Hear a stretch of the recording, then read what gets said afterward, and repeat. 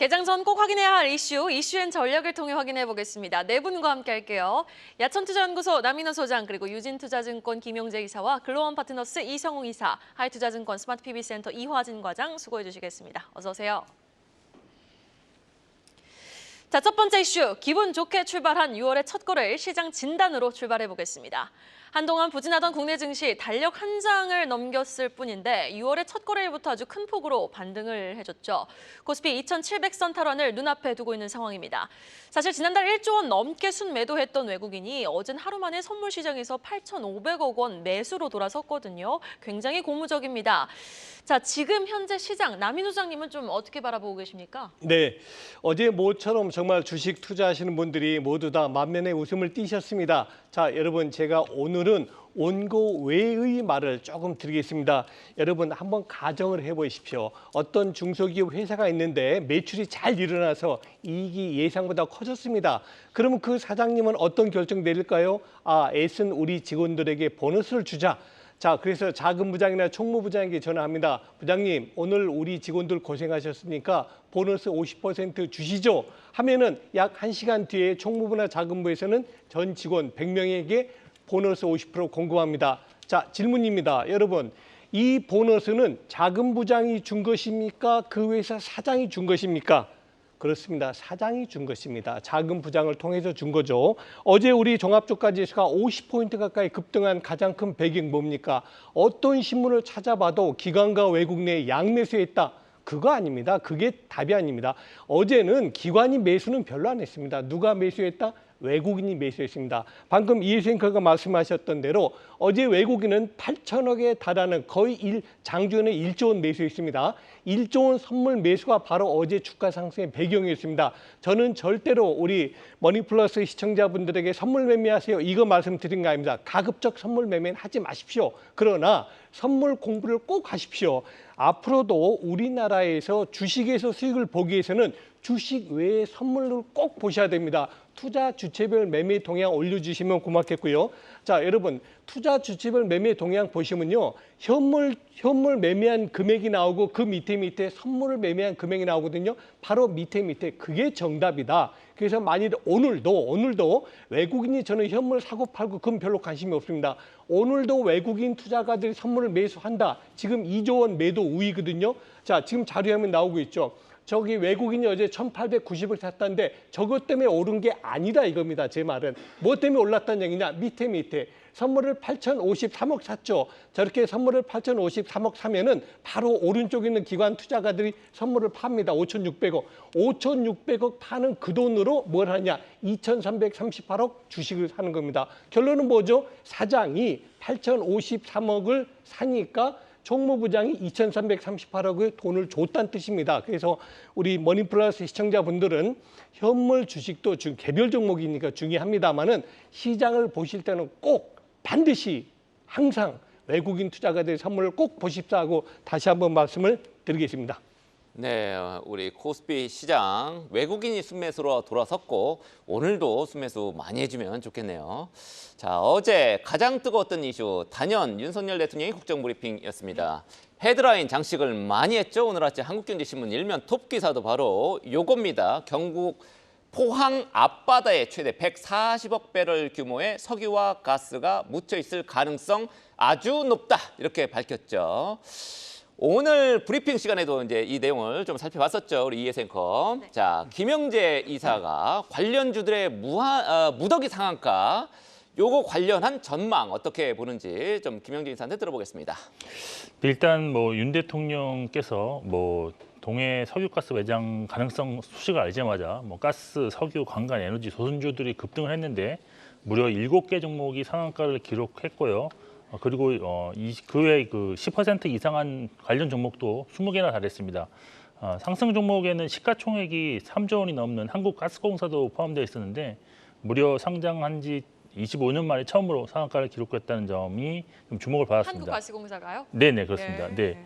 근데 이렇게 많은 종목과 또 다양한 업종에서 상승이 나온 것은 아무래도 이 발표자가 윤 대통령이었다는 점과 또 정부가 추정한 이 석유가스 매장 양 가치가 삼성전자 시총의 5배라는 그런 좀 어쩌면 좀 자극적인 그런 표현을 했기 때문이 아닌가라고 뭐 저는 개인적으로 판단을 하고 있습니다. 그렇지만 어제 상승은 사실 좀 테마 종목 상승 행태와 같은 맥락이라고 볼 수밖에 없는데 일단 시추 승인만 난 것이고 첫 시추 시작이 연말이고 또 3개월 뒤에 이제 결과가 나오는데 첫 번째 시추에서 매장량이 확인이 되지 않을 가능성도 있어서 정부는 한 5차례 그리고 2026년까지 시추를 뭐 완료할 계획이다 이런 얘기까지도 나온 상황입니다. 또한 확실한 경제성이 아직은 확실하지 않는데 만일 이것이 확인된다 하더라도 상업적 개발까지는 뭐 7년에서 최대 뭐 10년까지 이상 소요될 예정이기 때문에 아직까지 구체적인 개발 계획도 나오기 전까지 추해 업체도 특정 지을 수 없는 상황이다라고 볼 수 있습니다. 그리고 어제 또 특이했던 점은 단지 사명에 석유가 들어가 있다고 상한가를 기록한 종목들도 있었다는 점인데요. 결국 석유가스 채굴과 연관성이 크지 않은 종목들까지도 무더기로 상한가를 진입하는 점에서 좀 주의가 필요한 구간이 아닌가라고 보십니다. 사실 뭐 국민적 입장에서는 장기적으로 좋은 소식이 계속 전해지면서 국익에 도움이 되고 전반적인 종목 상승까지 이루어지면 좋겠지만 현 시점은 불확실성이 훨씬 더 큰 시기로 일단 테마적인 접근으로 전략을 좀 채우셔야 될 것 같고 여기서 추가적으로 좀 더 상승한다면 오히려 뭐 비중 축소의 기회로 삼으시는 것도 나쁘지 않은 선택이 되지 않을까라고 판단하고 있습니다. 성공률 20%로 보고 있습니다. 비용도 많이 들어가고요. 일단 산육으로 가는 과정이 그렇게 녹록지는 않아 보이는데 현 시점에선 어제 급등했던 종목들 단기 테마로만 좀 접근해야 한다는 점. GS라는 종목도 시간의 거래에서 슈팅이 나온 만큼 오늘 갭상승을 어느 정도 좀 갭상승으로 출발할 부분을 염두에 두시면서 단기 트레이딩 좀 가능하다라는 부분까지 짚어주셨습니다. 김용재 이사의 의견이었습니다. 이어서 다음 소식입니다. 글로벌 AI 반도체 전쟁에서 한국이 변방으로 밀리고 있다는 우려가 커지고 있는데요. 엔비디아, AMD와 손을 맞잡은 TSMC의 굳건한 파트너십 속 이 기류가 국내 증시의 소외됨에 기류가 포착되고 있다는 건데 그렇다면 국내 관련주들 투자 전략은 좀 어떻게 가져가면 현명할지 이화진 과장이 좀 짚어주시죠. 네, 오늘 이제 대만에서 이제 컴퓨텍스 2024라고 해서 이제 지금 뭐 젠슨왕 이제 회장이나 AMD 그리고 인텔 등 여러 이제 건물들이 지금 대만에 지금 몰려 있습니다. 물론 오늘부터 열리기 때문에 내일 우리나라 이제 인텔 AI 서밋 행사에는 이제 인텔에 있는 팻 겔싱어 회장이 참석을 안 한다고 이제 얘기를 하고 있습니다. 물론 내부적인 사정이라고 이제 보도는 하기는 했습니다만은 결국에는 최근에 TSMC와의 이제 동맹 관계나 이런 이슈들이 계속 부각되는 측면이 있고 물론 이제 이번 대만에 있는 컴퓨텍스 행사에는 SK 하이닉스와 관련해서 뭐 CXL이나 이제 관련된 SSD 관련 행사만 별도 부스를 이제 마련했고 이제 삼성전자는 또 참석은 하지 않았습니다. 이제 그러다 보니 이런 향후에 이제 파운드리 얘기나 이런 향후 HBM 관련된 이슈들 중에서 좀 한국만 좀 제외되는 모습을 보이지 않았나라고 생각을 하고 있는데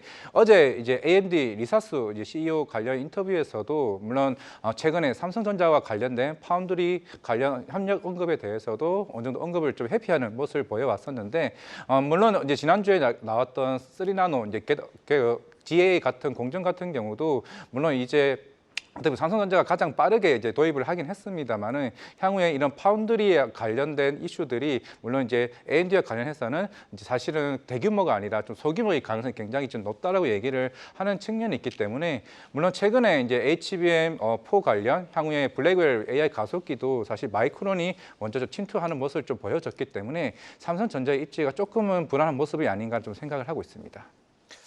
네, 그렇군요.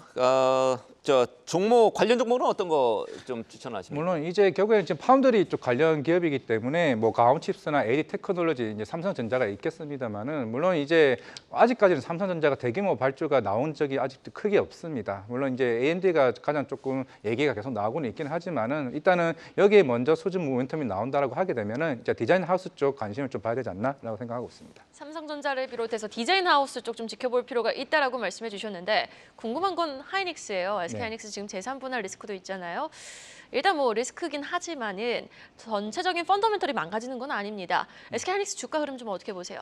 일단은 지금 실제적으로 삼성전자가 이번 달에 이제 HBM3E를 양산을 하는 여부가 좀 굉장히 중요할 것으로 보이고 있습니다. 물론 지금 SK 하이닉스 입장에서는 뭐 어제 관련된 TC본드 장비도 향후에 가격 프라이싱 파워에 대한 마진에 대한 이슈가 좀 굉장히 좀 중요하다고 생각을 하고 있기 때문에 어차피 2분기 낸드 업황 자체는 최근 원료 데이터가 특히 4월 달에 5월 달에 굉장히 큰 폭으로 좀 올라왔었기 때문에 실적에 대한 기대감은 사실 뭐 예상보다 좀 좋게 나올 가능성이 높다라고 보이고는 있지만은 결국에는 이제 마이크론이 얼마만큼 침투율이 올라오냐에 따라서 향후에 그 밸류 자체가 조금씩 줄어들고 만약에 삼성전자가 다시 한 번 더 엔비디아 컬 테스트가 통과된다라고 하게 되면은 조금 향후의 밸류는 조금은 다운될 수 있다 또 생각을 하고 있습니다.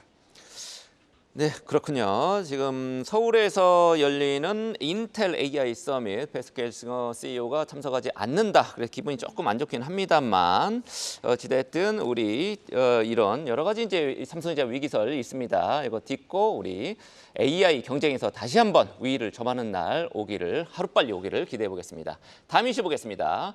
조원태 한진그룹 회장이 대한항공의 아시아나항공 인수와 관련해서 장밋빛 전망 내놨습니다. 미국 당국이 한 10월까지는 합병해 줄 거다 이렇게 이제 밝힌 건데 이 대한항공 투자를 해야 될지 아니면 다른 종목 수혜를 받을지 전략 이성웅 이사한테 한번 들어보겠습니다. 우리가 항공기 관련해서 합병이 이루어질 때 좀 거쳐야 될 부분들이 있었어요. 이게 우선 아시아나항공의 화물사업부 매각 부분을 EU에서 좀 안을 내세웠고 그래서 이 부분을 추진을 했고 그다음에 거기 더해져서 일부 장거리 노선 조정 부분에 대해서 요구를 했고 이 부분까지 들어준 상황입니다. 그렇다 보니 대한항공 입장에서는 이 합병과 관련된 부분에 대해서 가능성이 높다라는 주장을 먼저 한 상황이고요. 추가로 다음 달에 보잉 항공기를 30대 발주 가능성을 언급했습니다. 이 부분은 뭐 국가 연계에서도 조금 좀 추진하는 측면, 새로운 항공기의 도입까지 지금 더해지고 있다는 점까지 볼 수가 있겠습니다. 기간은 10월 말에 미국 법무부의 합병 승인이 예상되고 있습니다. 그러면 우리가 생각해 볼 점은 지금 요구사항을 이행하고 나서 실제 합병에 대한 진행 가능성이 높은지인데 확률은 한 90% 이상 정도로 보고 있습니다. 그러면서 조건부 합병이 다시금 나타날 수 있어요. 이 조건 같은 경우는 아무래도 추가적인 노선 조정이 나타날 수 있음을 좀 두겠습니다. 최근에 대한항공의 입장에서는 저가항공사 같은 경우를 합병을 추진을 하고 있습니다. 지금 에어 서울, 그다음에 에어 부산, 진에어 이런 쪽 같은 경우를 통합해서 좀 합병에 대한 가능성이 존재를 하고요. 그렇다 보니까 저가항공주에서도 좀 시장의 재편이 나타날 수 있음을 열어두겠습니다. 관련주로는 우리가 대한항공, 아시아나 합병 때 가장 강하게 움직였던 아시아나 IDT, 그다음에 아시아나항공, 에어 부산 이런 순으로 관련주를 좀 주목하시면 되겠고 오늘 유가 같은 경우가 하락을 했죠. 이 부분을 놓고 지금 저가항공주 같은 경우는 비용이 줄어들 수 있는 요인이고 주가가 빠져 있기 때문에 오늘 주가 반등이 나타날 수 있음을 열어두겠습니다. 네, 알겠습니다. 유가도 빠졌겠다. 지금 뭐 합병 이슈도 좀 긍정적으로 흘러가겠다. 이 언급해주신 세 개의 종목 한번 주목을 해보도록 하겠습니다. 자, 이어서 오늘 나온 가장 빠른 리포트와 공시도 확인해보고 오시죠. 이은 캐스터입니다. 지금까지 나온 가장 빠른 리포트 전해드리는 시간이죠. 가장 빠른 리포트엔 공시 시간입니다. 상향 리포트로는 LG이노텍, 하향 리포트로는 롯데케미칼, SK이노베이션 리포트가 발간됐고요. GS 리테일 하이브, CJ CGV는 목표가가 27,000원, 31만 5천원, 만원으로 각각 유지됐습니다. 그럼 먼저 상향 리포트부터 만나볼까요? 하나증권은 LG이노텍과 관련해 2분기 실적 전망을 상향 조정했습니다. 아이폰 15 시리즈 판매량이 전작보다 부진하지만 프로맥스와 프로의 기종의 비중이 확대되면서 수혜가 확인되고 있다고 봤는데요. 또 올해 하반기 실적 역시 상향 조정될 가능성도 있다고 진단했습니다. 뿐만 아니라 최근 주가가 상승하기는 했지만 아직 저평가 구간에 해당한다고 봤고요. 따라서 목표가를 기존의 30만 원에서 32만 6천 원으로 올려 잡았습니다. 이번에는 목표가 하향 종목입니다. IBK 투자증권은 롯데케미칼과 관련해 작년 4분기를 기준으로 점진적인 실적 개선이 예상된다고 했으며 올해 대규모 증설 투자가 마무리될 것이라고 봤습니다. 다만 올해 PBR이 상장 이후 두 번째로 낮은 수치를 기록 중이라고 했고요. 단기적으로 기초화학 부분의 순자산 비중이 80% 이상이라 태양광 및 배터리 등 신성장 동력 자산 비중이 기존 석화자산 대비 커진 경쟁사 대비 상대적 저평가 구간은 지속될 것이라고 봤습니다. 따라서 목표가를 기존의 17만 원에서 16만 원으로 낮춰 잡았습니다. 유한타증권은 SK이노베이션 목표가를 24만 원에서 20만 원으로 하향 조정했습니다. 정제마진 급락으로 2분기 예상 영업이익이 3,760억 원을 기록해 전분기 대비 감소할 것으로 내다봤습니다.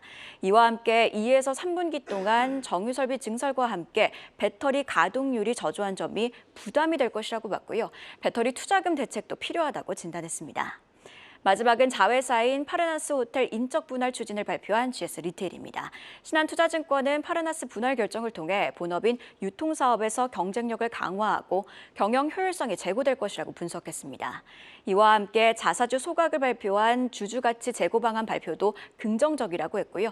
결국 기업 가치는 실적으로 이어질 것이라며 3월 기상 악화로 역성장했던 편의점이 4월에는 회복할 것이라고 덧붙였습니다. 매수 의견과 함께 목표가는 27,000원으로 유지했습니다. 지금까지 가장 빠른 리포트 행공시 이한이었습니다. 다음 소식입니다. 자동차 이야기도 해볼까요? 현대차, 기아, 한국-GM, 르노코리아, KG 모빌리티 등 국내 완성차 5개사의 지난 5월 판매 실적이 발표가 됐습니다.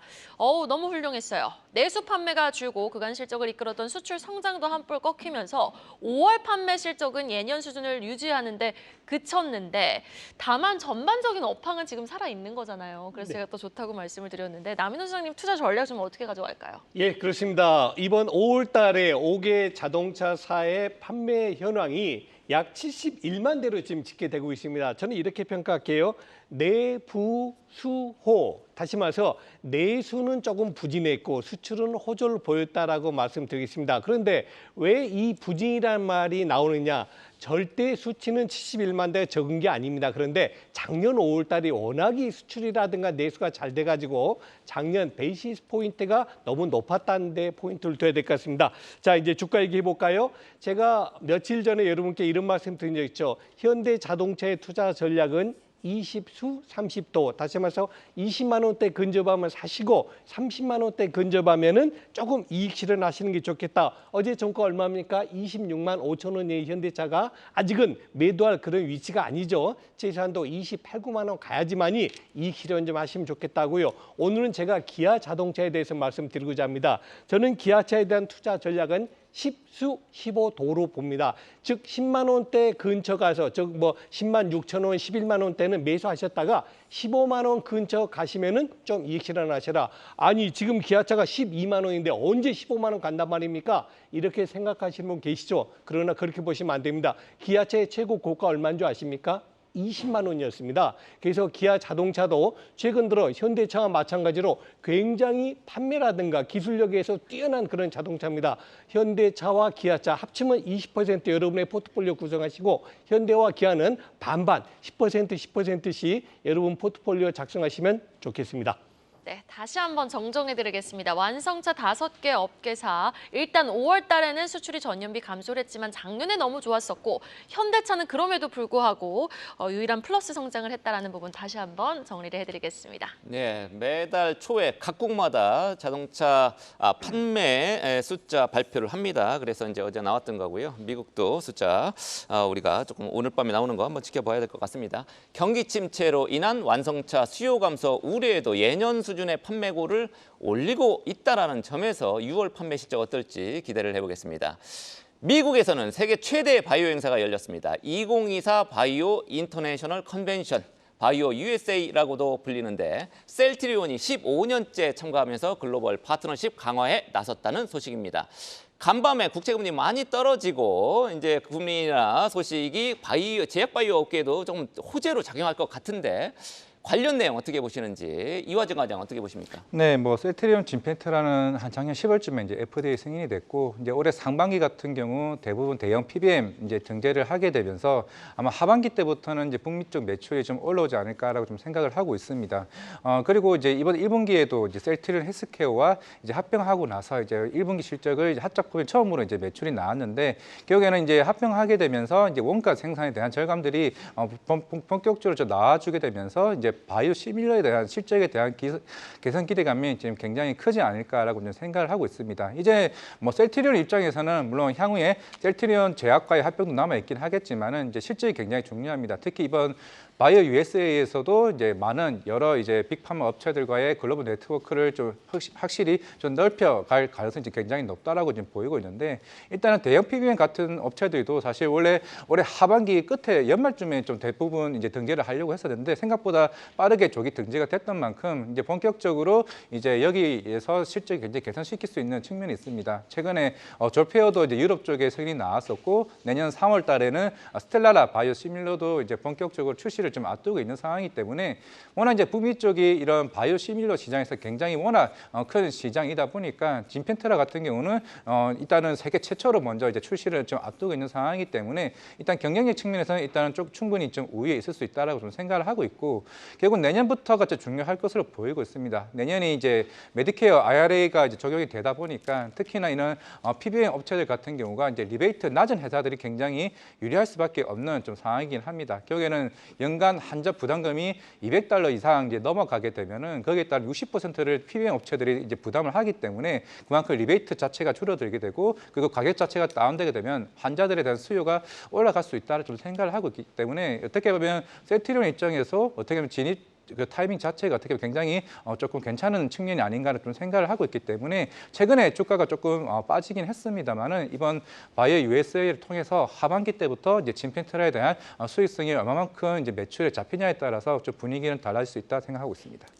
자, 셀트리온을 언급을 해주셨지만은 전반적인 바이오 업종을 봤을 때 가장 토픽 종목 꼽아주신다면 어떤 종목이 있을까? 어제 HLB 는 오스코트 아니겠죠. 유한양의 네, 저는 알테오젠이나 이제 유황량을 좀 봐야 된다라고 생각을 하고 있고 이번 아스코에서 나왔던 이제 유황량의 아미반트맙이랑 이제 그거 레이저 티닙 관련된 얘기가 나왔었는데 물론 이제 아미반트맙은 SC 제형 이제 플랫폼을 이제 하면서 굉장히 생존 기간 자체가 이제 굉장히 긍정적으로 나왔었고 부작용도 이제 낮게 나오면서 사실 이번 아스코의 결과가 굉장히 좋게 보는 이유가 뭐냐면은 원래 8월 22일 날 이제 렉나자 FDA 승인이 있는데 계속 지금 바이오 에너지도 아무래도 6월 달에 조기 승인될 가능성이 굉장히 높다라고 보이고 있습니다. 만약에 6월 날 승인이 되면은 하반기 이제 한 12월쯤에 얀센의 기술료를 이제 도입되기 때문에 유황야인 같은 경우가 1,000억을 이제 처음으로 우리나라 최초로 이제 로열티를 받게 되고 이제 오스코텍이 800억을 받게 됩니다. 그렇기 때문에 유황야인 좀 긍정적으로 보게 되고 이번 아스코의 또 긍정적인 거는 그만큼 SC 제형 플랫폼을 하고 나서 모든 그런 데이터가 좋게 나왔기 때문에 알테오젠의 SC 제형 플랫폼의 기대감이 더 클 수 있다 말씀드리겠습니다. 네, 아스코는 지금 미국에서 열리고 있는 임상종양학회 얘기입니다. 네, 알겠습니다. 마지막 이슈 LS전선 기업 개별 소식으로 마무리해보죠. LS전선이 강원 동해시에 해저 케이블 공장을 증설한다고 밝혔습니다. 약 1,000억 원의 자금을 추가로 투입하는데요. 자, 일단 어제 그룹주 보면은 LS 마린솔루션만 슈팅이 나왔고 다른 종목들은 조용했거든요. 투자 전략 어떻게 가져갈까요? LS그룹이 차입금 관리를 하다가 증설 같은 경우를 작년, 그다음에 올해 이렇게 좀 단행을 하고 있습니다. 작년 8월에 그 내동 증설에 1,554억 투자를 했고요. 그다음에 1,000억 투자 통해서 이제 5동을 증설 추진을 했습니다. 이 부분이 의미하는 바는 우선은 뭐 비용적인 측면에서 통제가 어느 부분에서 나타났고 그에 따른 산업의 환경을 감안했을 때 충분히 증설이 가능한 상황이다 보니까 작년 올해 이렇게 증설을 추진을 한 것으로 볼 수가 있겠고요.